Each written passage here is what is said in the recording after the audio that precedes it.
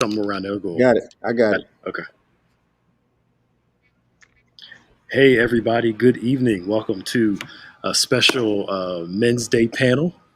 Usually we run 10 times better during this time frame, but we thought of something different to have some fellas come in and we talk about manhood, answer questions, talk about life. We had two good services today with Pastor Darius Daniels at 8 o'clock service and Bishop Samuel Blakes at our 11 o'clock service. Great driving service on Saturday. But again, we're celebrating all men. So y'all come on and share. Our normal 10 times better crew come through with your questions. Put them in the comment section, and Maya is behind the scenes helping us out to make sure we stay on task with the questions. Our goal today is to kind of do a synopsis of 10 times better. The discussion has been going on for almost a year now, and we're going to try to talk about as much as we can during that time frame. But Bishop, you stayed on the same topic for a while, so it does help. Okay. You know. Okay. I know you don't remember, but it does help. I don't. I'm moved with the wind of the spirit. yeah. And a lot of classes to teach too. So yeah, man. So everybody, please come on and share as much as you can. Of course, I'm Pastor Nick, and Bishop Evans is here with us. Of course, y'all know us. And just in case you don't know, we have two guests. One of the members of our church, Dr. George James, been with us for a long time. Long time. G. Yeah, man. Back when he was college, all that stuff. Now he got a wife and kids. And 97, 98 came through. He got responsibilities now. Yeah, I gotta work. Yes, sir. Yeah. So you're a marriage and family therapist, right? And do some other stuff. Yeah. So we wanted to bring in that side too, and of course, Pastor Wendell Jones, one of the sons of the ministry, also. Yeah. And is it Greenville? How you say it? Greenville. Quit acting like it's that southern. we say green the same way y'all say green in New Jersey. Wait a minute now. I got corrected when I was in Greenville. Thank you, Bishop. Thank you. I tried to say Greenville, and they told me I was taking too long to say the name. Thank you. Told me to say Greenville. I said, okay. There it is, Bishop. There it is, Greenville. Took me a minute, but I got it. So again, so glad you all can join us. Please share if you can, and of course, ask your questions. Now, why don't we start this? Bishop, why don't you go back to the beginning and what was the inspiration behind 10 times better? Well, and then work our way forward. There's a scripture in Daniel where King Nebuchadnezzar is looking for some individuals to serve him in the kingdom. And he said he found the Hebrew boys to be 10 times better than any men in the kingdom. I think it's Daniel chapter 1, maybe, or chapter 2. And it all sprang from that conversation of what does a 10 times better man look like? How does he behave? How does it react? What are his strengths? What are his challenges? What does it take to have that kind of manifested character, each and every day of his life? And then it slipped over to, we picked up the Beatitudes later on. We picked up another theme, I think was in Exodus or Numbers, where Moses was choosing out men. And I think they had to have characteristics like courage and strength and men that could be depended upon. And I know that's a major challenge for a lot of guys. So it was that's how the whole conversation started. And remarkably, like I say every week, 70% of the people that joined us every week were females. And they were listening very intently and asking a ton of questions about each subject.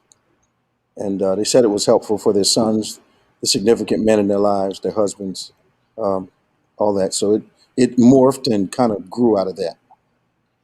Yeah, good. So it sounds like this may be a good place to start then.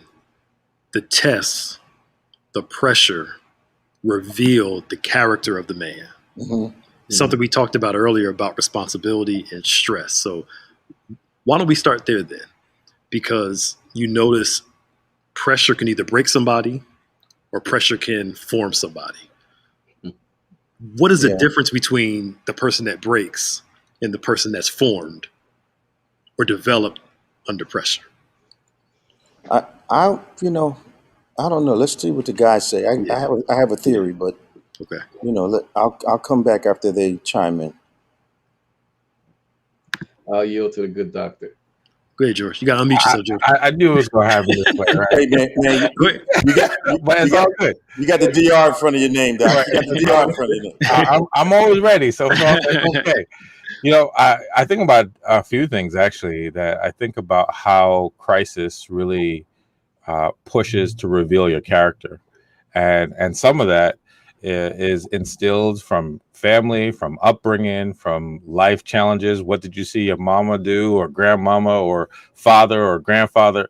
How did they handle challenges? And then when it's your turn, even if it's a surprise or you're not expecting it, it's like, how do you handle that? And I think that's where the character comes out. And I know for me, there's some things that I was not expecting. I was not expecting to be in my early 30s and have both of my parents end up with dementia. And so it's not only like, what do you do in that crisis, but then for me, who's in your squad? Who do you go to that can also help support you in those moments?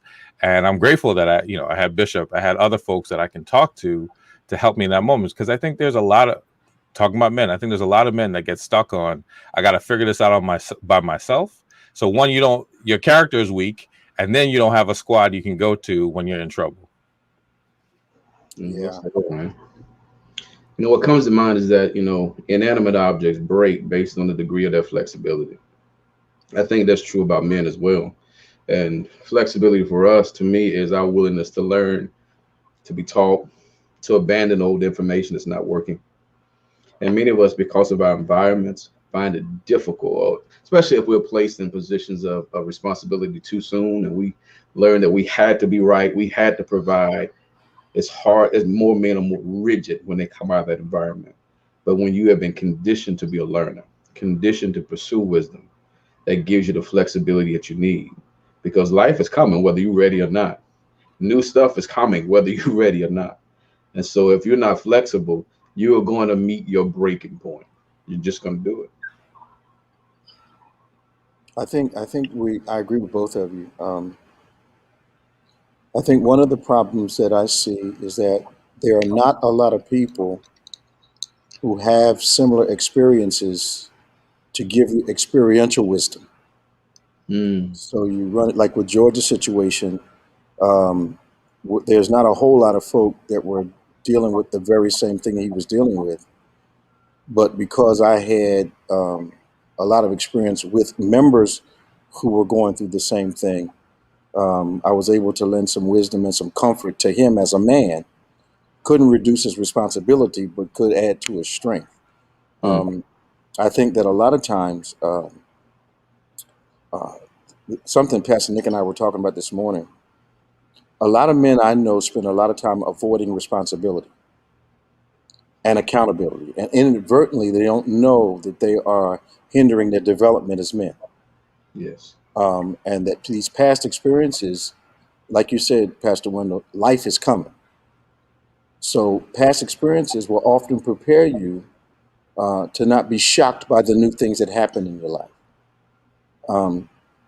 But I think at the bottom of all this, I think it's your faith in God that allows you to bend instead of break when the wind comes. I don't know what men do that don't have God. I don't know what they do, because your human reserves are depleted so often. Wow. You need to have a God in you to help you make it through. You really do. Yeah, that's so true. And you say God built us to be weight bearers. Yep. But if you don't have that in mind, it'll break you. But Sid asked a good question, and I believe this happens. Do you recognize when a man who is normally strengthened by adversity falls apart, needing help? Strong folks aren't strong all the time. And I can attest to that sometimes. I've experienced something in my life where I don't claim to be the strongest guy in the world, but it hit me so hard I couldn't get myself together. Mm-hmm. And I'm like, what is wrong with you? I'm doing everything I know to do, I normally do to get myself together, and it just was not working, you Mm. know? Yeah. And I think every man, every woman, life can throw a blow at you sometimes where it's harder to overcome this than something else. And even strong people have a hard time, feeling like a tank and breaking through, if I can say it like that. Yeah, I think with me, once I got over the fact that occasionally I was going to get knocked down, I wasn't so shocked when it happened. Mm-hmm. Mm. So what I tried to do was master getting up. Yep. Some things do happen; they level you, or you have a responsibility that alters your ability to do what you want to do. Mm-hmm. Um, it knocks you off your feet, knocks you off your schedule. All your plans go out the window. You have to adjust your whole life, your economics, your schedules, and everything to meet the needs of someone else. And if you're not careful, it can a phase can start to feel like a condition. Mm-hmm. Hmm. And you have to be able to recognize something that this is a phase of my life, or is this a condition that's being built? And because most of the time we react to phases like they are conditions.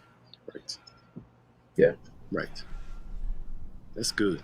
Anybody some shots Yeah, on it? yeah. If I can add, like part of what I've seen in my work is that sometimes we don't even realize that that thing that we went through injured us, right? So we're moving, or maybe we're still going to work, maybe we're still doing those things, but we stop writing, or we stop having the vision for the future because that failure or setback was so difficult. And I've seen people where they've just shut down a part of their life that's been injured, or where they're bleeding, where they're hurt, where it might have caused them to doubt themselves, or doubt their future, or doubt their ability. They stop, whether it's even in the house, whether it's how they manage money or how they communicate. They just shut down a part of their life, and they don't even notice that it's connected to the thing that happened last year, or 3 years ago, or 10 years ago. And the people around them, unfortunately, are the collateral damage.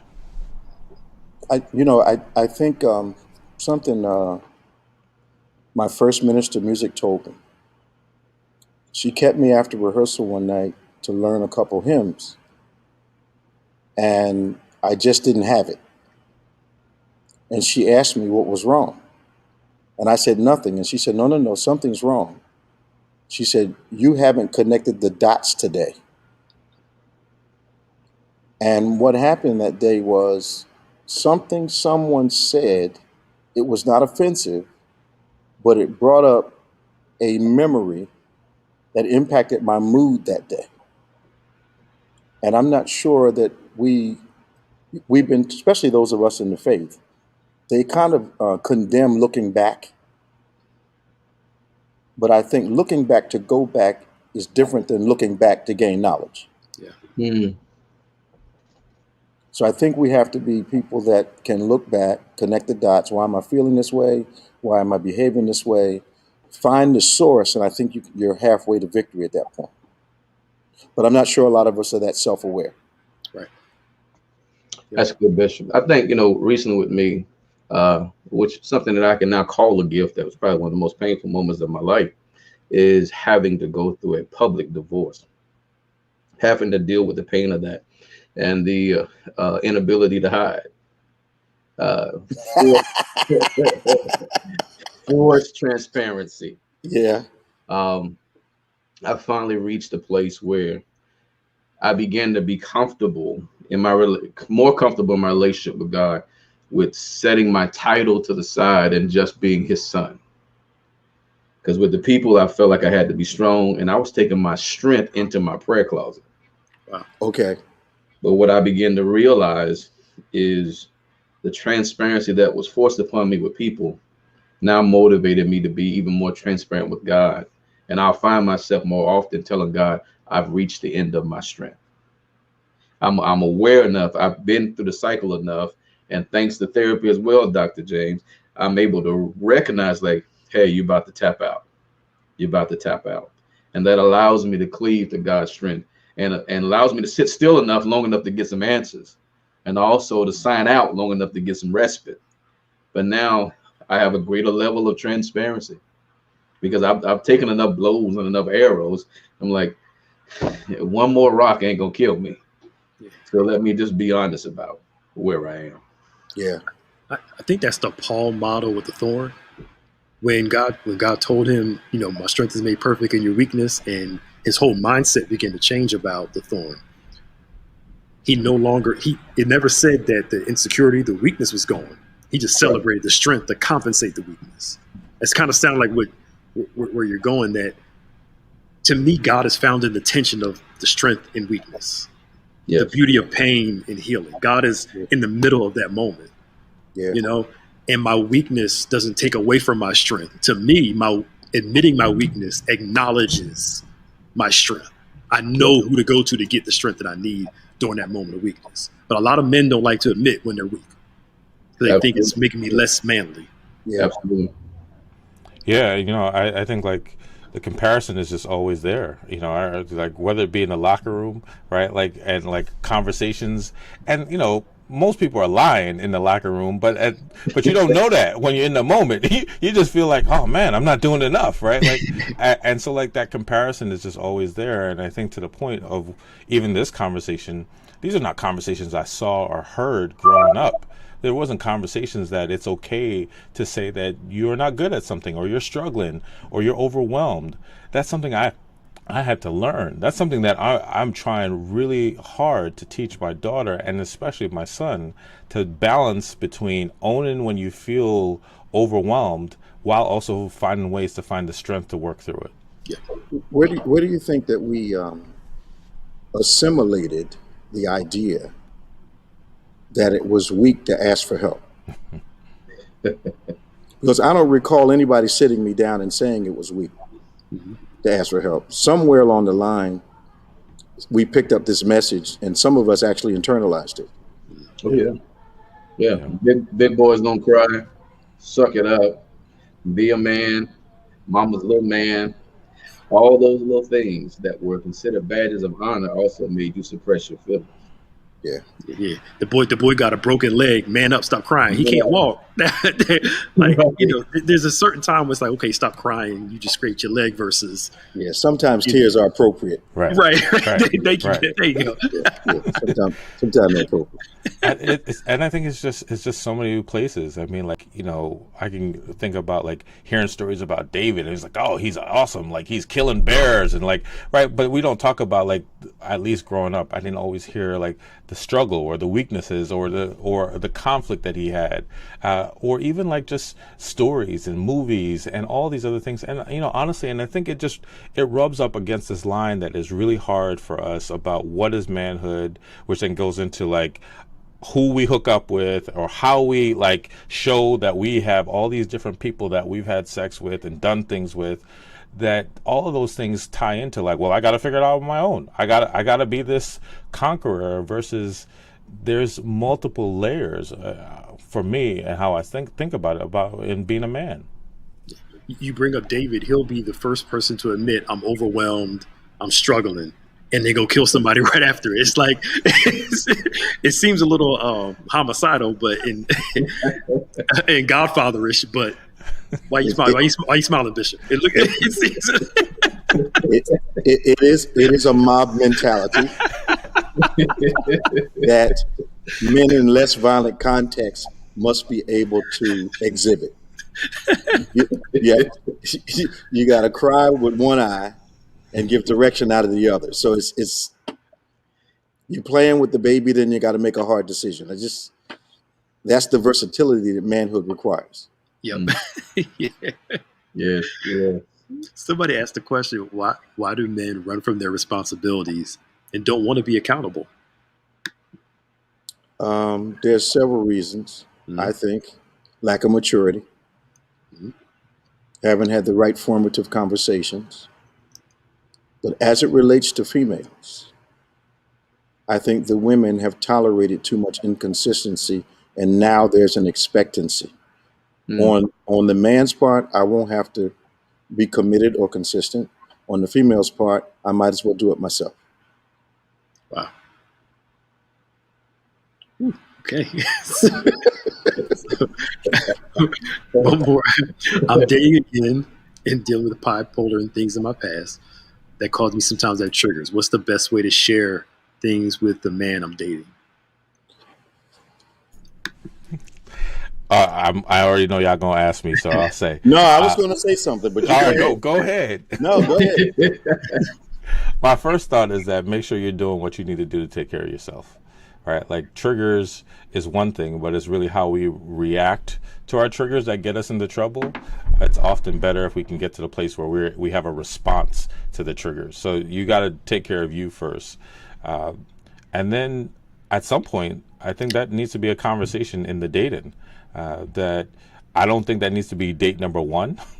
I don't think that needs to be out there right away, but at some point that needs to be in the conversation of what you need and what you're looking for, and hopefully that he has an ability to hear that and to respond to that in a way that is respectful, but also doesn't mean that he can't be his full self. George, do you think that I agree with you 100%? I think that Yeah, I heard oftentimes that. Bishop agreed with me. I'm done. I'm out. Snatch the headphones off. I'm often faced with this in counseling, and I find that people are too ready to reveal these kinds of conditions before they know whether they can trust the person, before finding out whether this person has the right kind of character to deal with their issue. A lot of times we'll entrust something very sensitive to someone who does not have the capacity nor the desire to handle the ups and downs that go with bipolar or some other condition. So it's a matter of getting to know someone and not feeling as though on the first date, second date, third date, or the second conversation on the phone, you got to come out with, well, I'm bipolar and I have this problem. If we will allow time and circumstance to converge occasionally, the character of an individual will be revealed. But oftentimes we're in so much of a hurry, we don't allow the convergence, so we never get a true picture of who the person is. Absolutely. Yeah, I remember you shared that, and that stuck with me for years. And it's so important, and it's so interesting. Just today, we were watching something, and my son asked my wife and I about basically he was asking is there a reason? Somehow I think it came up about the woman of Samaria, and he was just asking, is there a reason where you should divorce, or how you could know that? And he was really asking about, what if someone doesn't reveal something to you and you find out after you get married? I mean, he's 8. I'm like, all right, how am I going to really answer this question? I'm like, it's deep. But it was so profound because I think it allowed us to talk about time and circumstance. That if you give the relationship enough time and circumstance, which Bishop, you taught us, that you will see at least 90%. I mean, they have to be a master thief and to really not show you these things. And if you do that, last thing I'll say on this is that I've had experiences where somebody revealed something way too early and we didn't have the depth of connection for me to be willing to go through it. Right. And I was like, no, I'm out. That's it. Right. That's too much, too early. Right. And I think that what I've seen in certain situations that I've been privileged to counsel, not only do people reveal things too early, but people tend to reveal things to people they are pretty sure can't process them. Which is an amazing thing to me. It's almost like they're playing like a roulette emotionally. Let me see if this works with this one. Let me see if this works with that one. And they find that they're revealing so much of themselves to people that basically, George, like you say, don't want to be bothered with that. I don't have the capacity for that. Yep. I'm not getting in a relationship to deal with someone who has some additional emotional issues, because most people have some challenges. Yeah.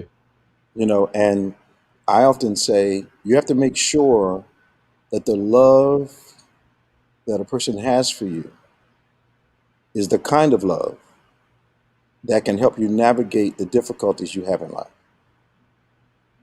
And there are some people that can do that and some people that can't. Yeah, absolutely, absolutely.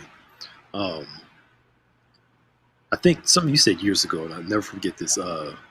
When somebody's been abused, Hmm. at a certain point when you have the conversation, you have to tell the person, like you said, certain triggers, because if the person does something, they'll take on the face of the abuser. Absolutely. And then the one that was abused will always see that person in the same Hmm. light as the other person. Hmm. And it takes a lot of patience to be with somebody who's going through significant trauma. And like Yeah. you said, the right type of love to love them through all that. Yeah. The ups and the downs when they have their struggles with it, you know, and it takes some work. I counseled a female one time, a couple, and the female was having intimacy issues. And what the guy didn't know Mhm. was telling her that he desired her. That was all. Nothing graphic. I really can't wait to see you. Was processed as sexual pressure by her. Okay. Hmm. So if he complimented her, that was seen as sexual pressure. But his dilemma was if he didn't compliment her, she would indict him for never saying anything nice to her. Yeah. Trapped. Yeah, so Yeah. so I had to I went right down the middle of the road. I said, look, he's darned if he does and darned if he doesn't. Now you have to decide what you want.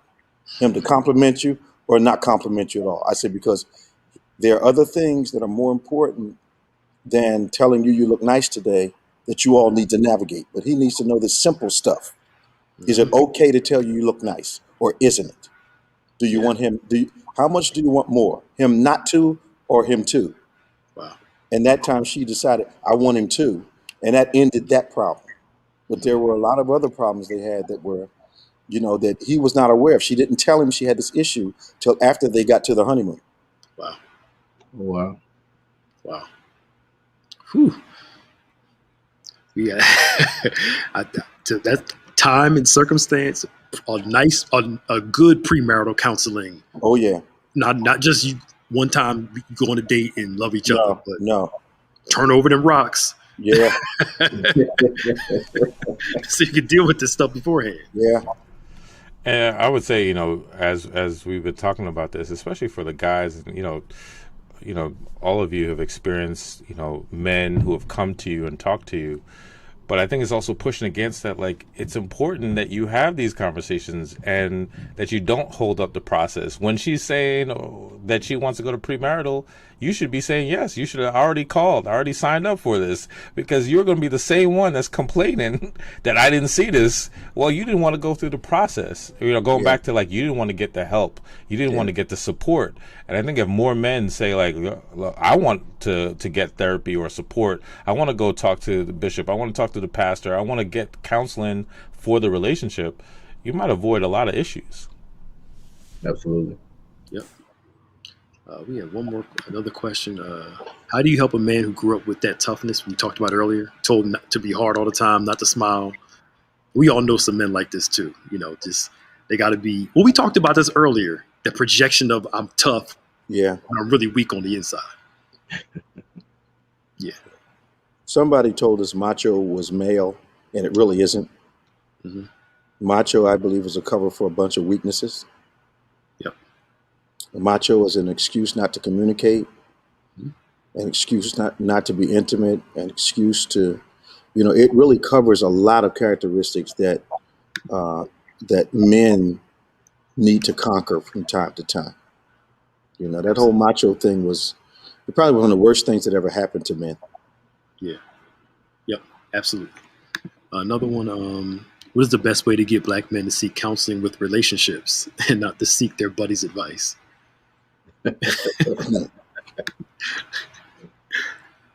Got to put the law down. Yeah. I think if you Yeah. want me, and it's male or female, if you want me, Yep. we got to go see the pastor. If Yep. you don't want to go to see the pastor, then we have a fundamental issue.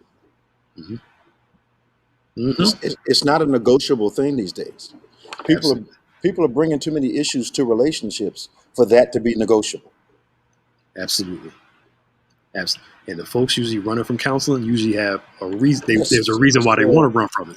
Yes, sir. Exactly, Nick. Exactly. There's Yes, some, there's sir. some, there's something they don't want to bring up. Yes, sir. Now, I've noticed. Now, I could be wrong here. Y'all help me out here. Most times, it takes a woman. She hopes her man will propose to her in a nice time. To me, a man that moves too quick and wants to get married too fast, Something's wrong with that. something's wrong because most men don't run into marriage that fast. I mean, Something's wrong with that. Absolutely not. just within 3 months, he ready to propose and just Something's wrong. Something's wrong.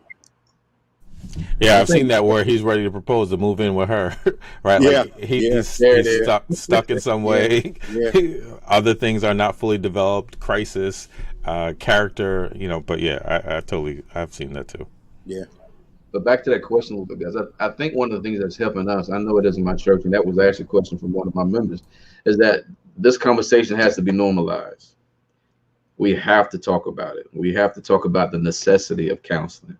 We have to tell our folks it's okay to have a pastor and a therapist. It's okay to get behind. And also the transparency of people telling folk in marriage classes and what have you, talking about how they wish they had counseling and things of that sort. We have to make that part of the conversation. And I think the other thing is the structure of counseling too. In many churches, I'm not saying all churches, but in a lot of churches, premarital counseling is like 2 sessions for maybe 30 minutes a shot. And I don't know how you lay a foundation under a 40-year relationship with 60 minutes of conversation. I don't know how you do it. Right, Bishop.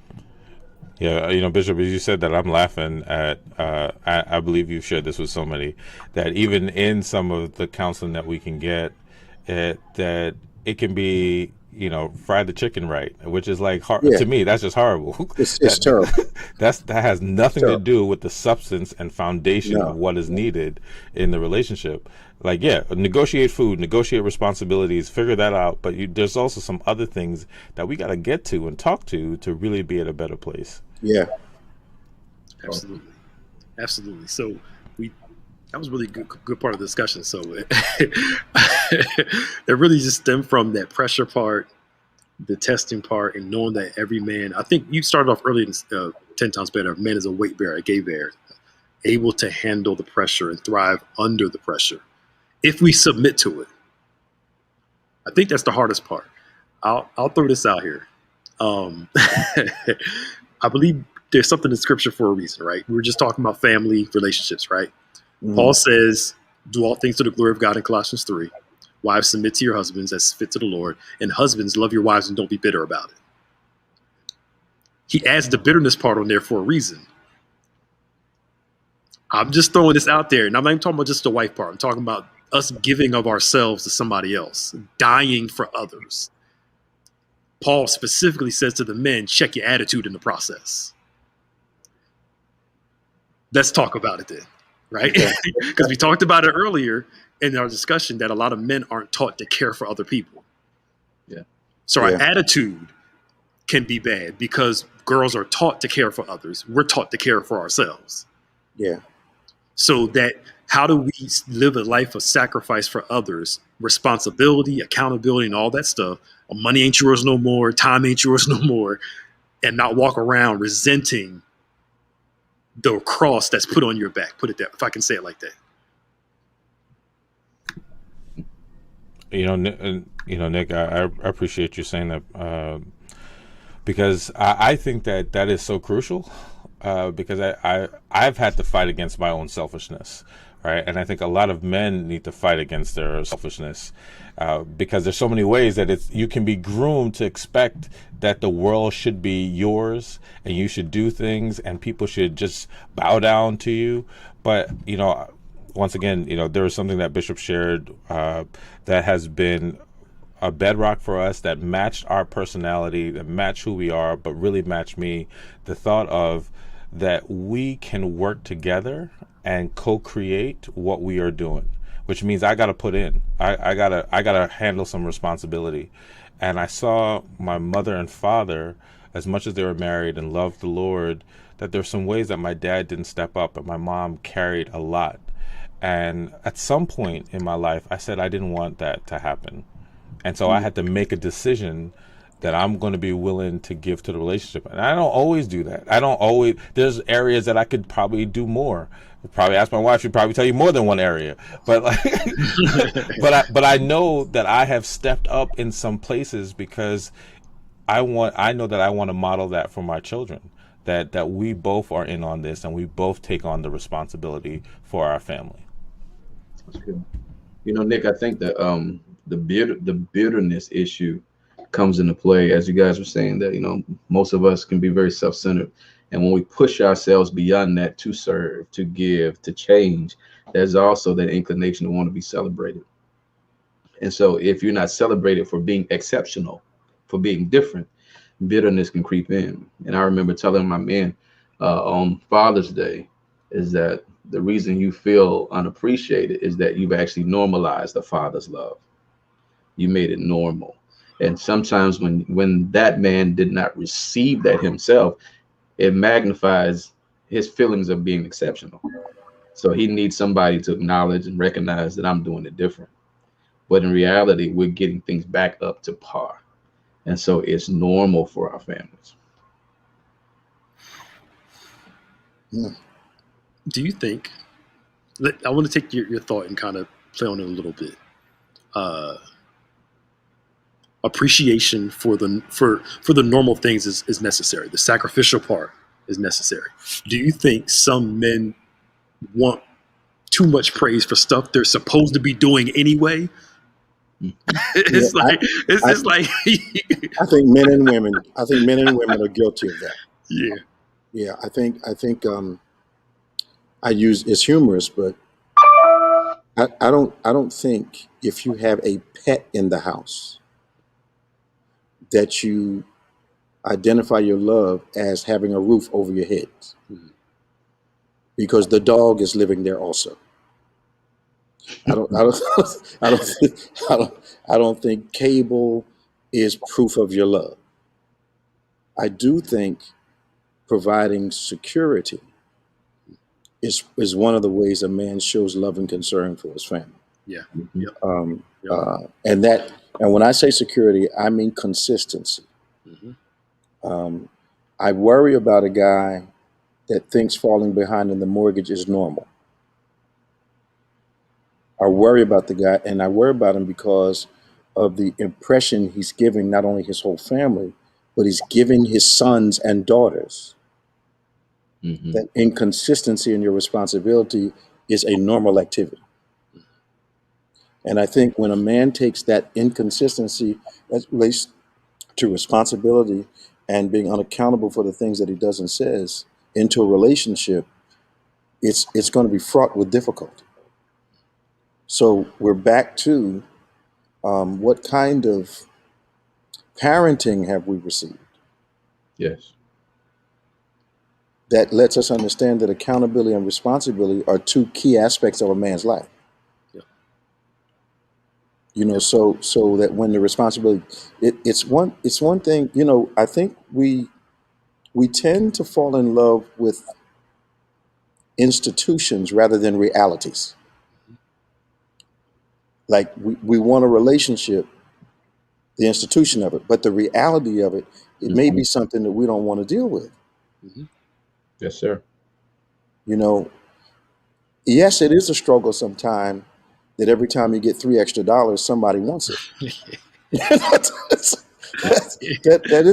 that is a struggle sometimes, and you have to keep talking to yourself in a way that does not allow you to get discouraged. But at the same time, I know good guys come to counseling and they complain because they don't feel appreciated at all. Yes, sir. Like there's an entitlement issue in the relationship. And I've been telling people for the past year or so that entitlement is normally tied to a sense of injustice.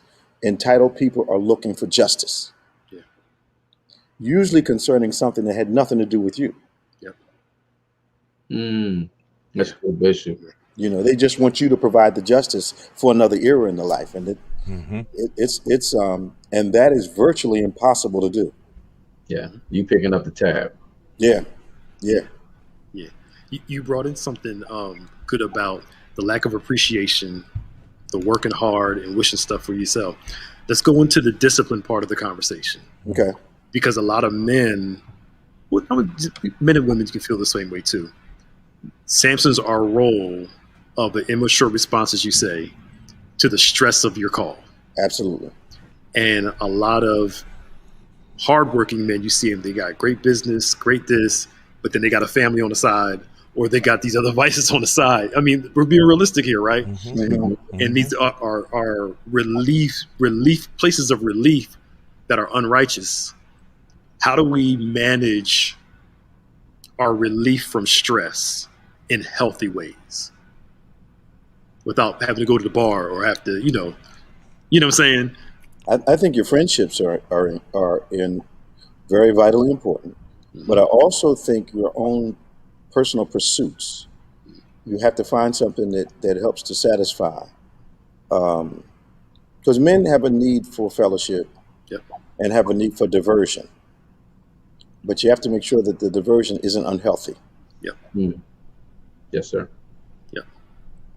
And Christians think that their options are narrow. They're really not as narrow as you think. It's just a matter of finding people and activities that help your discipleship rather than, destroy it. Yep. But, and I'm going on too much. Our thoughts we're like Samson. We tend to find release with things that are not included in our vows. So Samson takes the Nazirite vow, and fun for him is nothing connected to his vow. Good, sir. Yeah. So we have to be careful of that. There's some Samson in all of us. And there's that Leah Rachel thing. I think we love the glamour of a relationship and may not like the people working part of it. Yep. It's just, but I believe that this inconsistency that a lot of us have developed is actually an escape from expectation. A lot of adults don't want to be expected to do anything, but that gives you an excuse not to fulfill your responsibility. Does that make sense to y'all? Absolutely. Okay. So we had a question. Oh, so go ahead, George. Go ahead.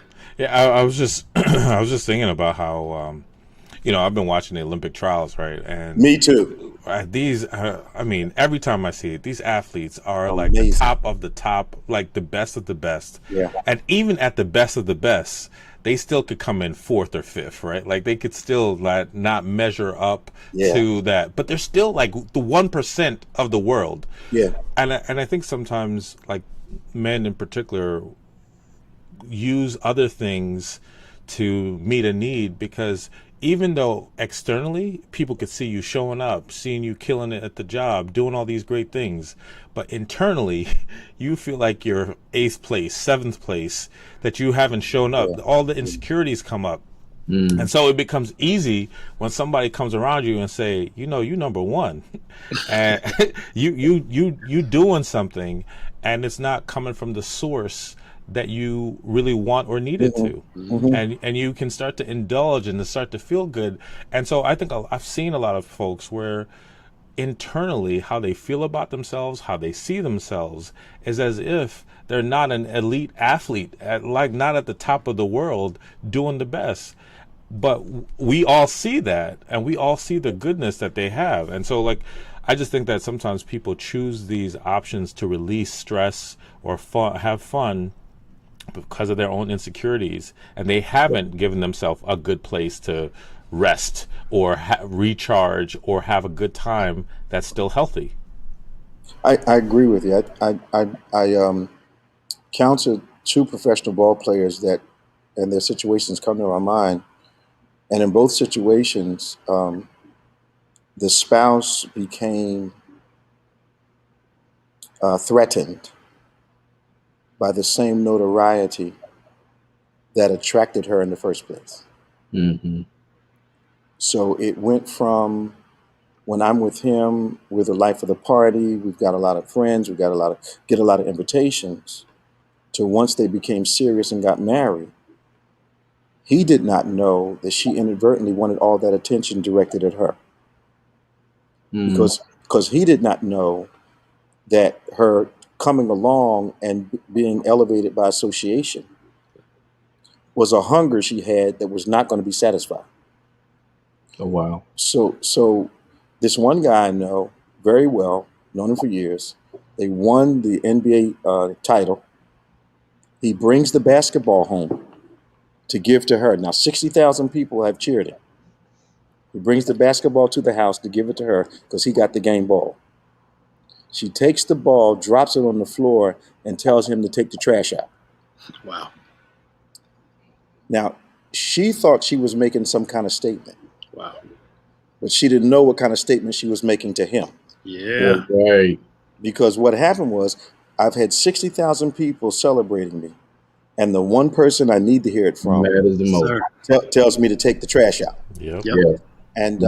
And when I talked to her, she actually thought she had done something. Mm-hmm. And what was that? I asked her. Well, I needed to bring him down to earth. Mm-hmm. No. You needed to elevate yourself for a few moments. Yep. So he felt like he had company with someone that he cared for. Wow. Yeah. You know, and they were never the same after that. Wow. Yeah, because that's a deep cut.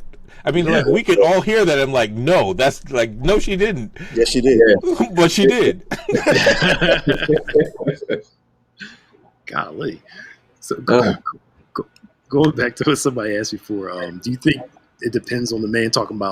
We were talking about guys that rush in. Some men are really ready to get married, while others who rush were just wrong in rushing to marry. That's from her husband. Go ahead, guys. I'm still suspect of somebody that rushes. I think haste makes waste. Haste makes waste, as my grandmother used to say. Yeah.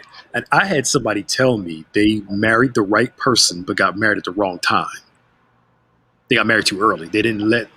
So they went through a lot of unnecessary stuff in the marriage that they could have avoided if they just dated, got over it, and worked it out before they got married. Because, once you get married and live in the house, it's a whole lot more pressure. Yeah. Versus if we get mad and we single, I can always go home and see you tomorrow versus I got to come home to you. It's different. So timing is everything, I believe, too. I think there's probably 1%, maybe that much. I don't even think it's that can really get married after a short period of knowing each other and be successful.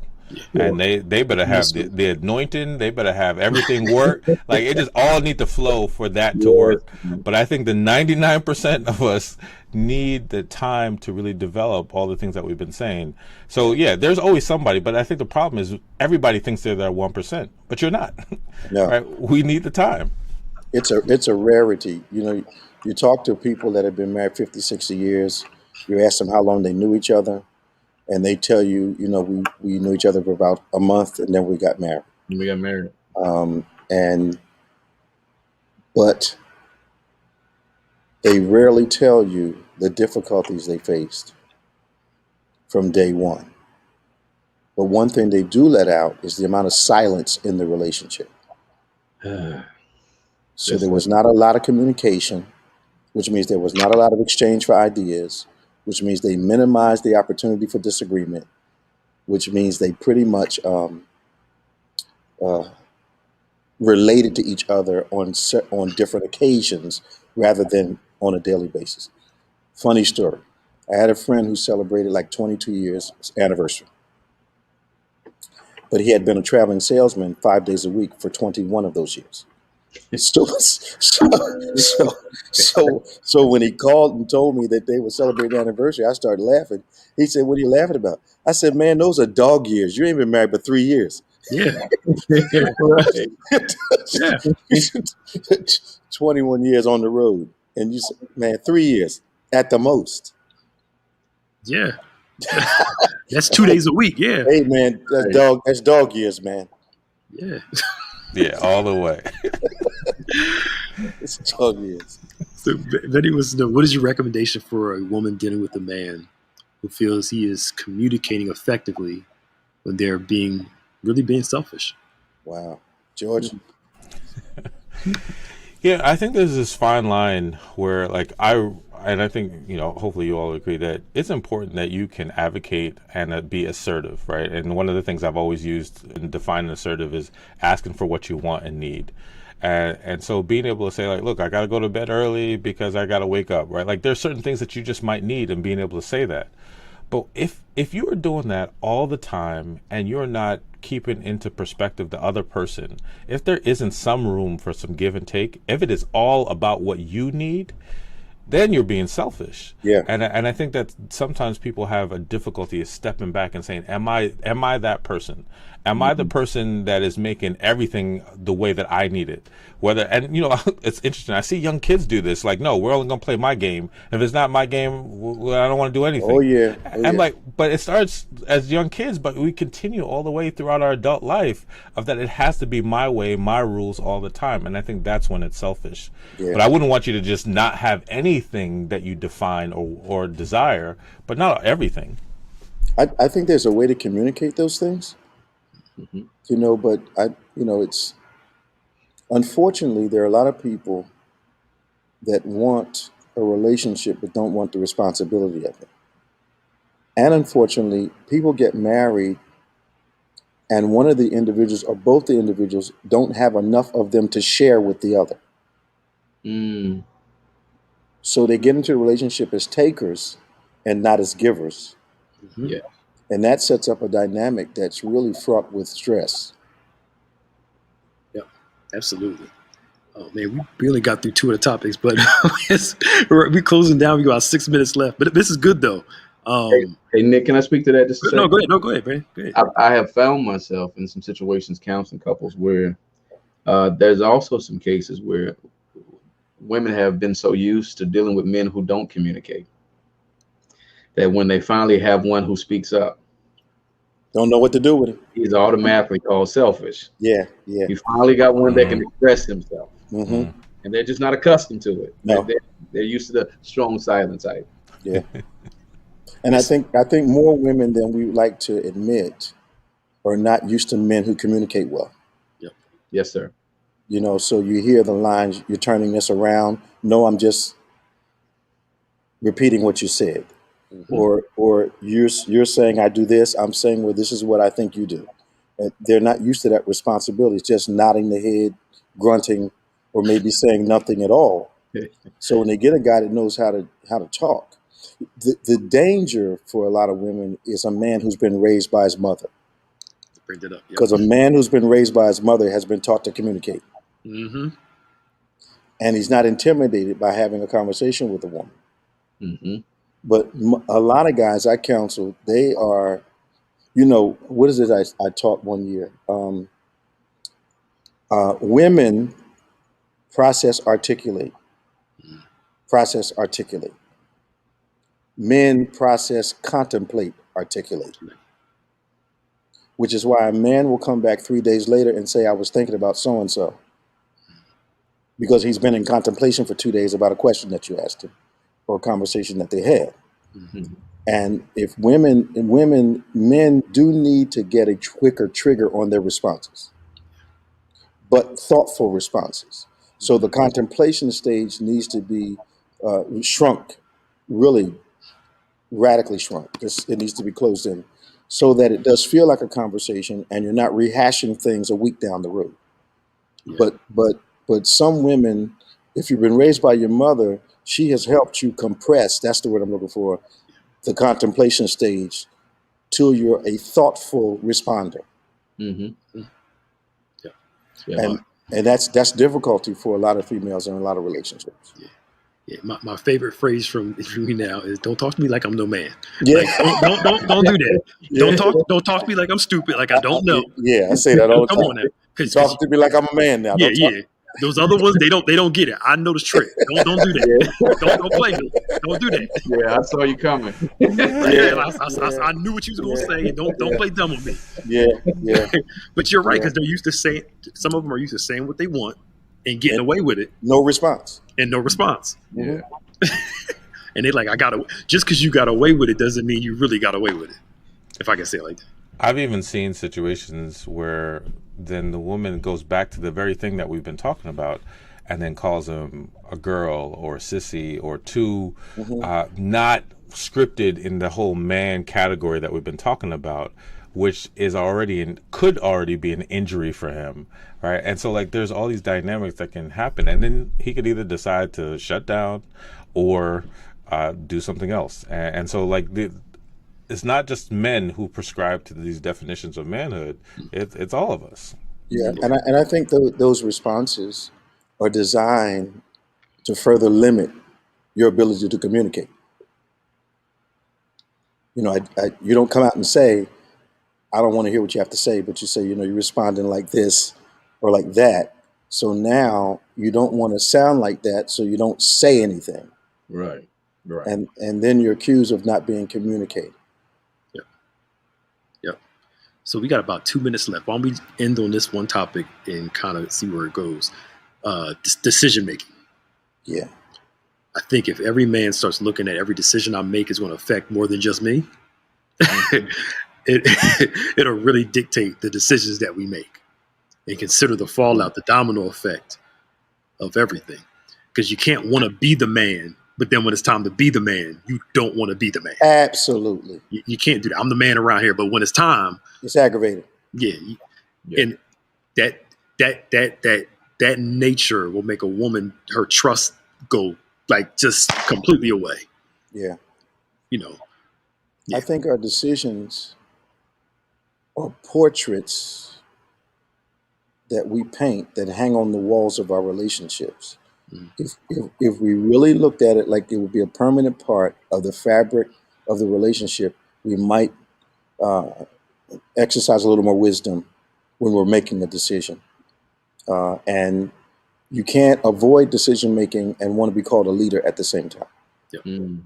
Yes, sir. Yeah. Pastor Wendell, Dr. George, I want to chime in on Super B Run. Go ahead, Pastor Wendell. I'll go after you. I was waiting for the wisdom of Dr. I was going to spin off of that.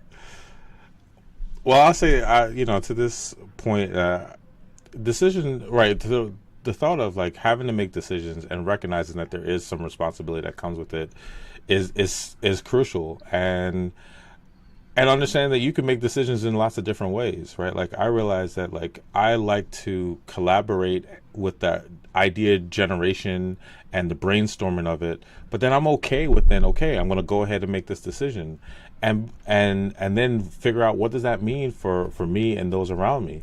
But I have seen folks who don't want to take that responsibility of the decision and also recognizing that sometimes you can make bad decisions, and that also builds your character, and owning that and being able to say like, okay, I see where I could have done better, versus just trying to act as if like you didn't do something wrong or you didn't make a bad choice that now you have to deal with the consequences.